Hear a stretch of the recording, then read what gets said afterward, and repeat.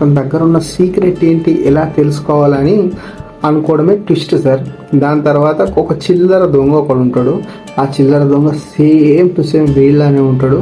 So ఇది కథ చెప్పేవారికి అమితాబ్ బచ్చన్ గారికి పిక్చర్ టాప్ నాచ్గా నచ్చిందన్నమాట. ఎందుకంటే అలాంటి సినిమాలు అప్పటి వరకు ఒక ట్రెండింగ్గా రాలేదు. దాని తర్వాత ఈ సినిమా 1976లో స్టార్ట్ కావడం మొదలైంది. ఇది పూర్తి అయ్యేసరికి 3.5 సంవత్సరాల టైం అయింది. సినిమా మొత్తం అయిపోయింది. ప్రీ ప్రొడక్షన్, పోస్ట్ ప్రొడక్షన్స్ అంతా అయిపోయిన తర్వాత ఎడిటింగ్ వర్షన్లో చూసిన తర్వాత అందరి టీం మొత్తం కూర్చొని సినిమా చూస్తే సినిమా మొత్తం సీరియస్గా వెళ్ళిపోతుంది.